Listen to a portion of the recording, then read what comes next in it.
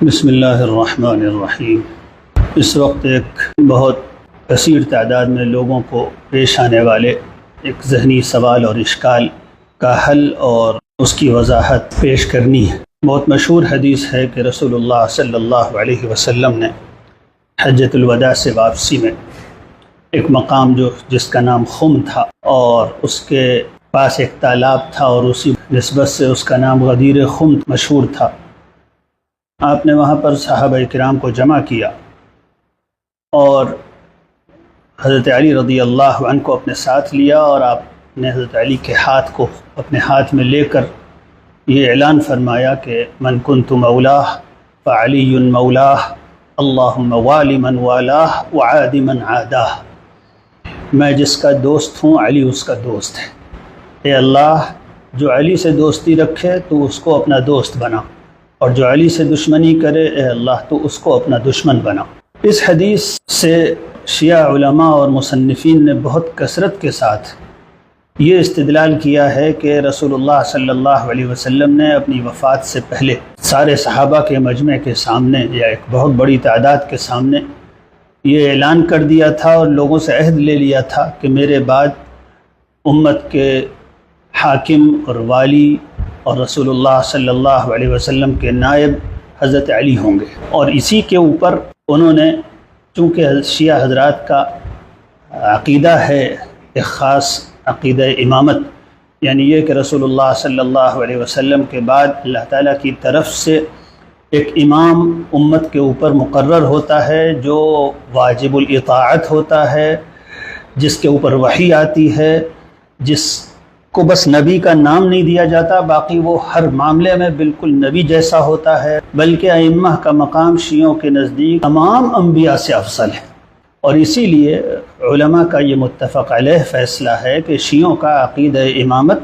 ختم نبوت کے منافی ہے اور یہ ایک کفریہ عقیدہ ہے۔ بر صغیر کے علماء نے اور ان کے تمام دینی اداروں، مدارس اور افتاء کے مراکز نے متفق علیہ طور پر اس کو کفریہ عقیدہ مانا ہے۔ تو شیعہ حضرات اور ان کے مناظرین خاص طور پر جنہوں نے مناظروں کی کتابیں لکھی ہیں، سب سے بڑی اور طاقتور دلیل کے طور پر وہ اس حدیث کو پیش کرتے ہیں۔ اس لیے ضروری ہے کہ اس کا صحیح مفہوم واضح ہونا چاہیے ذہنوں میں، اور عربی زبان اور کلام کے سیاق و سباق کی روشنی میں، اور خود سیدنا علی رضی اللہ عنہ اور ان کے اہل خانہ اور اہل بیت نے اس سے کیا مفہوم مراد لیا ہے وہ واضح ہونا چاہیے، اور صحابہ کرام نے اس کو کس طرح سمجھا ہے۔ جب ہم اس طرح اس بات کو سمجھ لیں گے تو ہمیں اندازہ ہو جائے گا کہ شیعوں کا یہ استدلال کس قدر لچر ہے اور کس قدر بے بنیاد ہے، اور صریح مغالطہ انگیزی ہے اور تحریف ہے۔ پہلے اس حدیث کا اور اس واقعے کا تھوڑا سا پس منظر ذہن میں تازہ کر لیجئے۔ رسول اللہ صلی اللہ علیہ وسلم نے سیدنا علی رضی اللہ عنہ کو ایک جماعت کے ساتھ یمن بھیجا تھا۔ وہاں حضرت علی رضی اللہ عنہ کی جماعت کے لوگوں کو حضرت علی کے بعض فیصلوں پر اشکال و اعتراض ہوا۔ اس غلط اعتراض کا آپس میں تذکرہ کیا، پھر حج کے دوران بھی اس کا تذکرہ ہوتا رہا اور دوسروں تک بات پہنچتی رہی، یہاں تک کہ غدیر خم کے مقام پر پھر یہ چرچے ہوئے اور رسول اللہ صلی اللہ علیہ وسلم کو خبر ہوئی کہ اس طرح کی بات لوگ کر رہے ہیں۔ تو آپ صلی اللہ علیہ وسلم نے ضروری سمجھا کہ لوگوں کے سامنے اعلان کر دیا جائے تاکہ وہ جان جائیں کہ سیدنا علی رضی اللہ عنہ کا اللہ اور اس کے رسول صلی اللہ علیہ وسلم کی نگاہ میں کیا مقام ہے،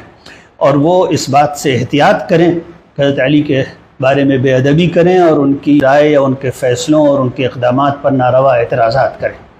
اس لیے رسول اللہ صلی اللہ علیہ وسلم نے مجمع عام میں حضرت علی کا ہاتھ پکڑ کے کہا من کنت مولاہ فعلی مولاہ،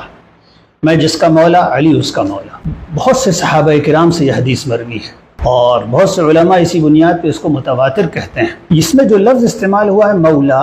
عربی زبان میں وہ بہت سے معنی میں آتا ہے۔ عربی زبان کی سب بہت ہی مشہور اور مستند لغت ہے القاموس المحیط فیروز آبادی کی، اس میں انہوں نے اس کے 21 معنی ذکر کیے ہیں۔ میں اردو میں اس کے معنی ذکر کر دیتا ہوں۔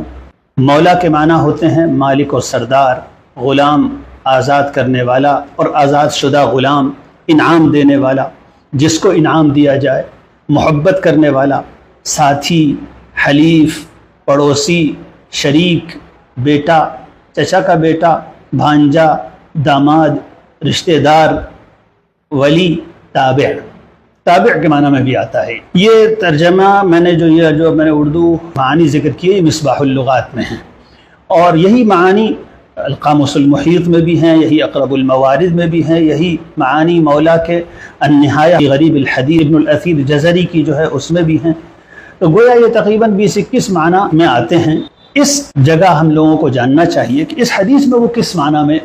یہ لفظ مولا استعمال ہوا ہے۔ من کنت مولاہ فعلی مولاہ۔ زبان کا ایک اصول یہ ہے کہ کوئی بھی فصیح و بلیغ شخص جب کوئی ایسا لفظ استعمال کرتا ہے جس میں ایک سے زیادہ معنی کی گنجائش ہوتی ہے، تو اس کے کلام کے سیاق میں یا موقع و محل میں کوئی ایسا قرینہ ضرور موجود ہوتا ہے جو اس لفظ کے کئی معانی میں سے کسی ایک معنی کو متعین کر دیتا ہے۔ یہاں اس حدیث میں واضح طور پر رسول اللہ صلی اللہ علیہ وسلم کا ایک ایسا جملہ موجود ہے جو طے کر دیتا ہے کہ یہاں پر مولا کس معنی میں استعمال ہوا ہے۔ رسول اللہ صلی اللہ علیہ وسلم نے فرمایا من کنت مولاہ فعلی مولاہ، میں جس کا دوست علی اس کا دوست۔ اگلا جملہ معنی واضح کر رہا ہے کہ یہاں مولا کس معنی میں ہے۔ آپ نے اس کے بعد دعا فرمائی اللہم والی من والاہ، کہ اللہ تو اس کو دوست رکھ جو انہیں یعنی علی کو دوست رکھے، اور اللہ تو اس سے دشمنی رکھ جو علی سے دشمنی کرے۔ یہاں وہی لفظ موالات کا فعل استعمال ہوا، والی، جو موالات سے ہے اور جس کا مادہ وہی ہے جو مولا کا ہے۔ تو یہاں پر اس دعا میں والی من والاہ جس معنی میں ہے، قرینہ صاف یقینی طور پر بتا رہا ہے کہ من کنت مولاہ میں بھی مولا اسی معنی میں ہے۔ اس جملے میں حضور نے فرمایا اے اللہ تو اس کو دوست رکھ جو علی کو دوست رکھے۔ تو طے ہو گیا کہ مولا کے معنی یہاں پر دوست اور محبوب کے ہیں۔ اس سے بھی زیادہ واضح اور یقینی اور قطعی قرینہ یہ ہے کہ رسول اللہ صلی اللہ علیہ وسلم نے یہ جو جملہ ارشاد فرمایا تھا تو سینکڑوں ہزاروں صحابہ کرام کے سامنے ارشاد فرمایا تھا، اور اس میں حضرت علی رضی اللہ عنہ سب سے پہلے شریک تھے، اور حضرت علی رضی اللہ عنہ کے حامی اور ان کے قریبی لوگ بھی شریک تھے۔ اس کے 70-72 دن کے بعد رسول اللہ صلی اللہ علیہ وآلہ وسلم کی وفات ہوتی ہے،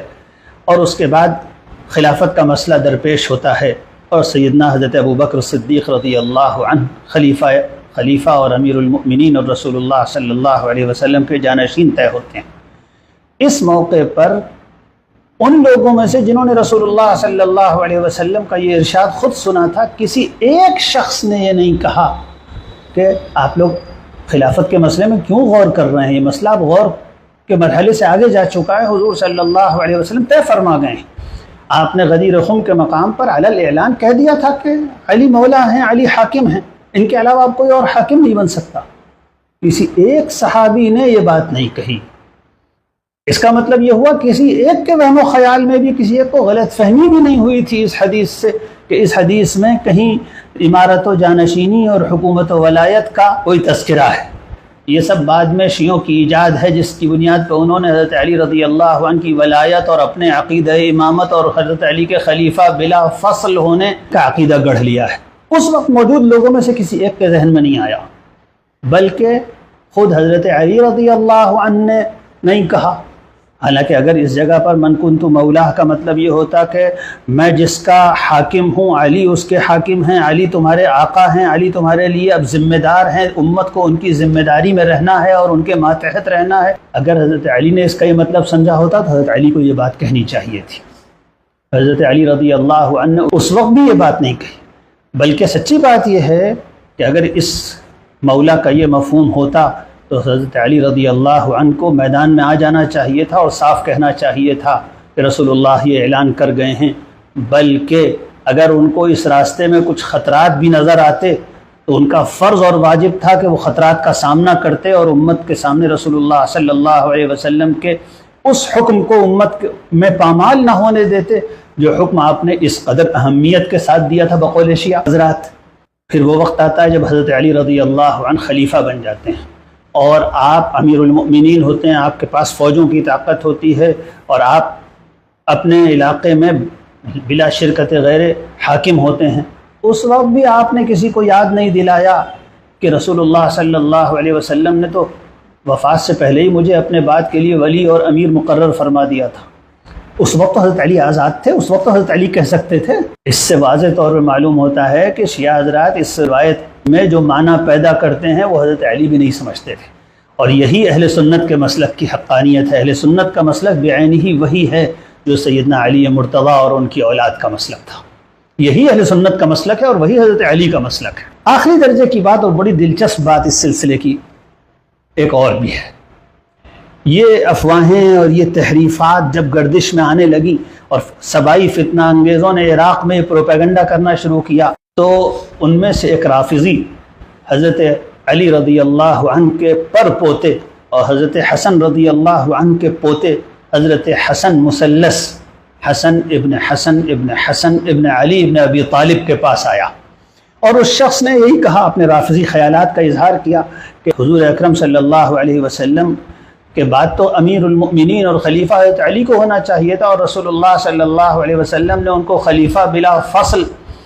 مقرر کر دیا تھا۔ تو حضرت حسن مثلث جو حضرت علی رضی اللہ عنہ کے پرپوتے تھے، ان سے حسن سند سے متعدد محدثین نے روایت کیا ہے کہ انہوں نے اس رافضی کے خیالات کی شدید تردید کی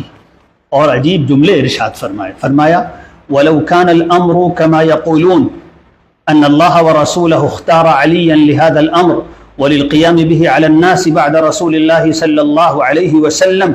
إن كان علي لأعظم الناس خطية وجرما في ذلك إذ ترك أمر رسول الله صلى الله عليه وسلم كما أمره أو يعذر فيه إلى الناس۔ یہ رافضی لوگ جیسے کہہ رہے ہیں اگر معاملہ ایسا ہی ہوتا اور اس حدیث کا اور اس اعلان کا یہی مطلب ہوتا اور اس میں حضرت علی کو اپنے بات کے لیے جانشین اور امیر اور امام مقرر کیا گیا ہوتا تو اس میں سب سے بڑا جرم پھر ماننا پڑے گا کہ معاذ اللہ حضرت علی کا ہے، اس لیے کہ انہوں نے رسول اللہ صلی اللہ علیہ وسلم کے اس حکم کو چھوڑ دیا اور حضرت ابو بکر کی بیعت کر لی، پھر حضرت عمر کی بیعت کر لی، پھر حضرت عثمان کی بیعت کر لی، اور یہ حکم زبان پر بھی ان کے نہیں آیا۔ تو اس پر اس رافضی نے پھر کچھ اعتراض کیا اور کہا وہ حضور نے تو فرمایا تھا من کنت مولاہ فعلی مولاہ۔ تو حضرت حسن مثلث نے اس کے بعد بڑے شدت کے ساتھ کہا اما واللہ لو یعنی رسول اللہ صلی اللہ علیہ وسلم بذلك أي بقوله من كنت مولاه فهذا علي مولاه إن كان رسول الله صلى الله عليه وسلم يعني بذلك الإمرة والسلطان والقيام على الناس لأفصح بذلك كما أفصح لهم بالصلاة والزكاة وصيام رمضان والحج البيت ولقال لهم أيها الناس إن هذا ولي أمركم من بعدي فاسمعوا له وأطيعوا فما كان من وراء هذا شيء فإن أنصح الناس كان للمسلمين رسول الله صلی اللہ علیہ وسلم۔ سن لو، میں قسم کھا کے کہتا ہوں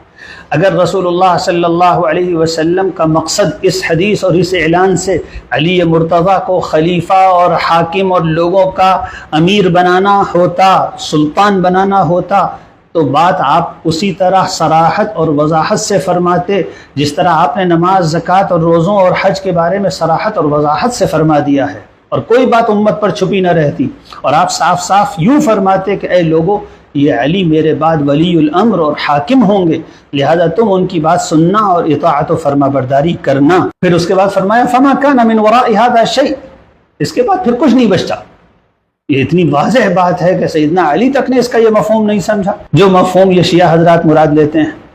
یہ روایت امام بیہقی نے اپنی حسن سند کے ساتھ کتاب الاعتقاد میں صفحہ 356 پر نقل کی ہے۔ اسی طرح محمد ابن عاصم الثقفی جو دوسری صدی ہجری کے محدث گزرے ہیں، ان کی جو کتاب اب چھپ کر آئی ہے اس میں بھی یہ بسند حسن مروی ہے، اور السنہ ابو بکر الخلال میں بھی یہ روایت موجود ہے۔ غرض اس حدیث کا یہ مفہوم کسی کے ذہن میں بھی نہیں تھا، یہ تو روافض کا پیدا کرتا ہے۔ ہم نے اس کو وضاحت کے ساتھ بیان کرنا اس لیے ضروری سمجھا کہ کئی دوستوں نے، یہاں تک کہ بعض شاگردوں نے اور بعض مدارس کے فارغین نے اپنے دل کے اشکال اور شبہ کا اظہار کیا، چونکہ آج کل یہ چیزیں شیعوں کے شبہات پھر پھیلائے جا رہے ہیں، اس لیے ضروری ہوا کہ اس کی پوری حقیقت واضح کر دی جائے۔ اس حقیقت کو سامنے رکھنے کے بعد پھر کوئی شبہ نہیں بچتا اور یقین ہو جاتا ہے کہ امکان 1 فی 1000 بھی نہیں ہے کہ رسول اللہ صلی اللہ علیہ وسلم نے یہاں مولا سے وہ مراد لیا ہو جو شیعہ حضرات بیان کرتے ہیں۔ واللہ هو الولی وهو الهادی الی صواب۔